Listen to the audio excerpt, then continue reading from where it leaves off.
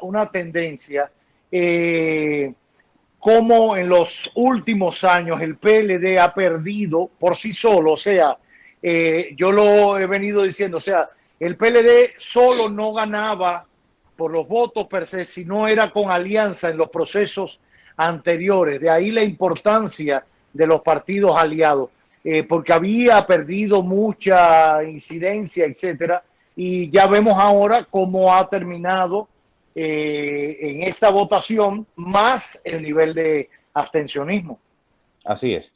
Mira, yo creo que evidentemente, y algo que me decían muchos amigos, porque uno conserva amistades en todos los partidos, muchos amigos del PLD en el proceso de la Junta Central del Distrito, donde estuve participando desde fuera, pero observando el proceso, o sea, se me acercaban y me decían, el voto PLDista se quedó sentado. Tenemos que entender que la división del PLD tuvo un impacto. Por mucho que su liderazgo y su cúpula quisiera, digamos, subestimar la salida de Leonel Fernández, subestimar el proceso de división que se dio. No se puede eso. Tuvo un impacto profundo en la psiquis del PLDista, porque no estaba acostumbrado a trabajar en un partido bajo los esquemas que está trabajando. De hecho, yo voy a escribir un artículo sobre ese tema que saldrá en los próximos días, donde yo analizo el frágil balance del poder, y yo creo que el grave error del PLD y de su actual liderazgo es que no supo mantener ese frágil balance que necesitan las instituciones democráticas para poder sobrevivir. Cuando tú te quieres imponer en todo a la fuerza, tú rompes ese frágil balance. Eso es como cuando tú le echas un detergente a un ecosistema donde hay plantas, donde hay bacterias, microbios y toda una serie de vida, se muere. Es lo mismo, o sea, es un frágil ecosistema. Todos los partidos políticos son un frágil ecosistema. El PRM también tiene sus ecosistemas. Claro. Si no, ninguna organización política, es más, ninguna organización donde incidan personas es absoluta. Entonces, entender o creer que un solo liderazgo puede prevalecer de manera absoluta e inmediata en una organización política es ignorar la naturaleza del ejercicio de la política. Entonces, por ejemplo, sobre todo la naturaleza humana, incluso. Correcto. Yo recuerdo en mis años mozos cuando veía la militancia partidista cubana, comunista, o sea, todo era casi mayoritario, 99 puntos, no puede ser. Yo recuerdo que incluso hasta Fidel en algún momento en un congreso decía que votaron contra él y el voto era secreto, o sea, para que no fuera primer secretario del partido. Y se paró a alguien, creo que Carlos Rafael Rodríguez, en paz descanse, que venía de la vieja guardia, para decir que salga el traidor, que porque no votó por Fidel. Y no, espérense. No, es que tiene que haber discrepancia aquí, todo el mundo yo no le puedo caer bien ni nada. Bueno, pero lo que quería apuntar, aparte de eso, que no existe lo monolítico, que las organizaciones son su gente, si no acabamos de entender que los partidos son su gente, los que lo dirigen y los que están fuera, que militan, que casi siempre los menospreciamos a la militancia. Yes. Yo creo que la base fundamental de los triunfos. De la esencia de un partido. Porque el liderazgo por lo regular está en un nivel estratégico con aire acondicionado, pero el que está en la calle buscando el voto es ese militante de abajo. Ahora, yo creo, si empezamos a buscar un triunfador en estas elecciones, yo creo que el gran triunfador es Leonel Fernández. Eso decía yo anteriormente. Leonel Fernández, no sé, escúchame que llegue tarde, pero quería subrayarlo, al menos desde mi perspectiva. Yo creo que es el gran triunfador porque abandonó un partido con valentía, un partido donde echó los dientes, un partido al que todavía le dolía porque fue el partido que lo llevó al poder, porque fue el partido donde se formó ideológicamente, etcétera, y logró hacer otra organización contra viento y marea. Todavía en febrero no se sabía si la candidatura de él era válida o no, si la reconocía el Tribunal Superior Electoral. Al final el Tribunal Constitucional nunca dijo nada, pero bueno, ya el que cae otorga. lo hizo, logró armar el partido, logró terminar siendo un partido mayoritario, logró tener una buena cantidad de senadores en el partido. ¿Y qué pasó? ¿Están boicoteando esto? No, pero Natanael, que tú sabes que es del fútbol, no, del fútbol no, eso es de la gente de Orlando, un desliz. De allí mismo. Óyeme, que logró tener una buena bancada en el Senado entre candidatos propios y aliados, que tiene una buena cantidad de candidatos diputados ya en la Cámara de Diputados, que renovó, presentó nuevas caras. Yo creo que eso le da a Leonel Fernández personalmente, aún no haya llegado a ser presidente, el gran triunfador de esta contienda electoral. Porque si a eso le suma que yo creo, independientemente de todo lo que pudo cautivar Luis y su propuesta y todo, su triunfo tiene una gran dosis de voto de castigo al PLD. Entonces, tú te das cuenta que cuando vemos en plena democracia y en perfecto trabajo puramente del voto consciente, la gran cantidad de votos que obtuvo la Fuerza del Pueblo fue por seguir a un concepto de gobierno, por seguir a un líder, más allá de un voto de castigo al PLD. Para mí es el gran triunfador de esta gran jornada democrática. Así es, así también lo vemos nosotros, Roberto. Y justo esos mismos puntos discutía con Pinky y con Miralba. Hay procesos políticos que no se pueden medir en votos solamente. Y la historia más reciente es el caso del Partido Revolucionario Moderno. Cuando el Partido Revolucionario Dominicano y el Partido Revolucionario Moderno, se dividió y salió el Partido Revolucionario Moderno, ¿quién iba a pensar que 8 años después o menos de 8 años después alcanzaría la presidencia?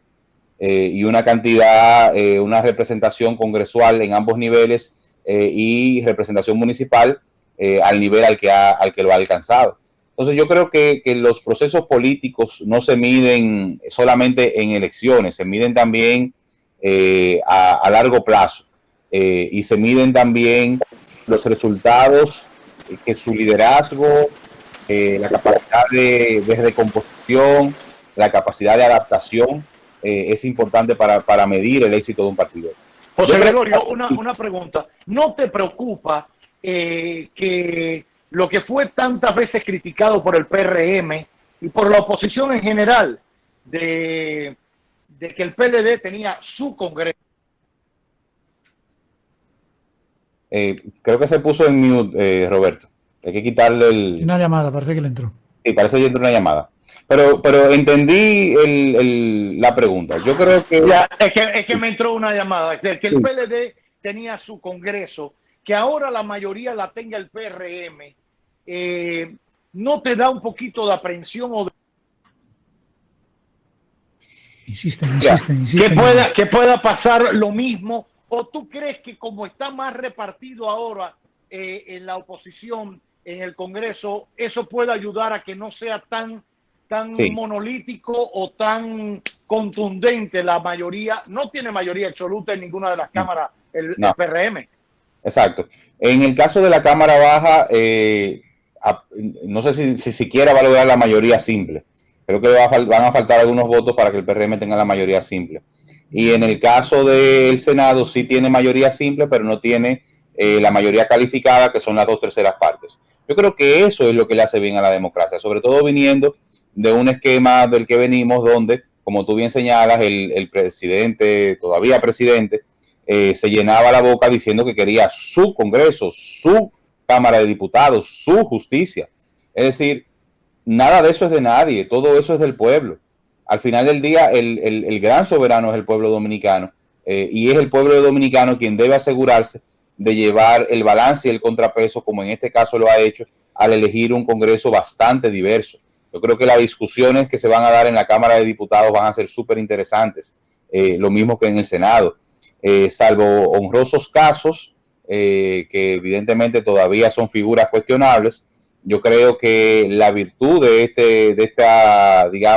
esta promoción congresional que va a entrar es que lleva candidatos súper jóvenes, candidatos con una capacidad intelectual grandísima, candidatos que traen una visión fresca. Y ahora ahí tenemos a Orlando Salvador, que es seguro diputado, tenemos a Omar Fernández, que es seguro diputado, tenemos a José Horacio, que es seguro diputado, y eso solamente en el distrito. Si nos vamos a Santiago, también tenemos diputados que vienen con una nueva cara, con una nueva propuesta. Es decir, vamos a entrar en un proceso donde muchas de las prácticas antidemocráticas que veíamos en el Poder Legislativo y que lamentablemente no había forma de evitarlo, pues yo creo que van a quedar solventadas, sobre todo por el proceso social en el que se da estas elecciones. Fíjate que lo que se ha estado escuchando a una sola voz en la mayoría de las figuras reconocidas y grandes voces que apoyaron inclusive el cambio y que apoyaron a Luis Abinader, lo que le están diciendo a Luis Abinader, te pusimos ahí para hacer un trabajo.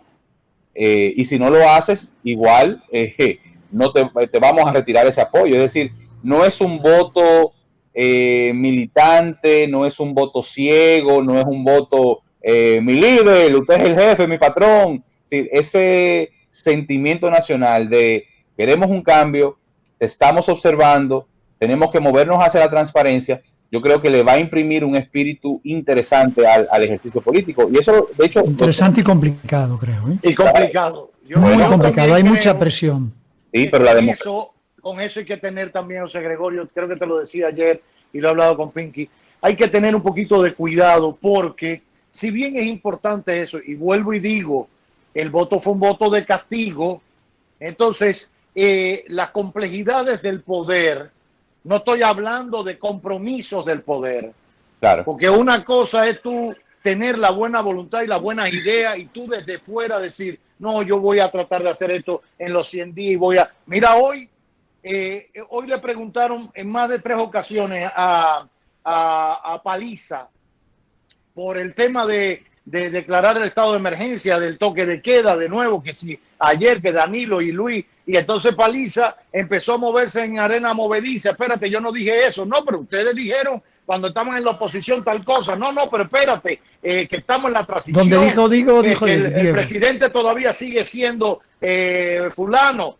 Claro. No, espera. Entonces, ¿qué quiero decir con esto? Que hay que estar ojo avisor entre lo que prometió el que ganó, entre lo que vendió como idea el que ganó y lo perfectamente posible y viable de hacer dentro del marco de la ley y la Constitución. Yo, por ejemplo, estoy de acuerdo con que el procurador sea independiente. Hay que explicarlo un poquito más. ¿Independiente de qué y de quién? Exacto. Vamos a cuadrarlo para que no sea una frase hecha. Ahora, ¿cómo lo vamos a solucionar? Porque la Constitución dice una cosa, tú no puedes, en aras de cumplir el deseo de Fuente Ovejuna, señor, ¿quién mató al comendador? No, ¿quién? ¿Cómo se va a hacer para no caer tú en una ilegalidad? ¿Cómo lo vas a solucionar? Porque no es un concurso de belleza tampoco. Pasa Miriam, pasa Jenny, pasa el otro, pasa Esquea, pasa el modelo, camine para adelante. Entonces hay que ver cómo se hace, porque el populismo es muy malo también. Claro, mira. Y la gente que reclama cumplimiento de ciertas cosas también tienen que ver, porque si no caen en medio de ese populismo y de la cosa en ilegalidades y faltas de cosas importantes. Que terminan dañando el proceso. Mira, cuando yo hablaba hacía la referencia al tema de la observación del ciudadano, no me refería a este tipo de observaciones y de planteamientos. Yo no estoy de acuerdo con eso. O sea, yo no estoy de acuerdo con que se diga que en enero aquí tiene que haber gente presa, porque nadie es adivino para saber cómo se va a dar una investigación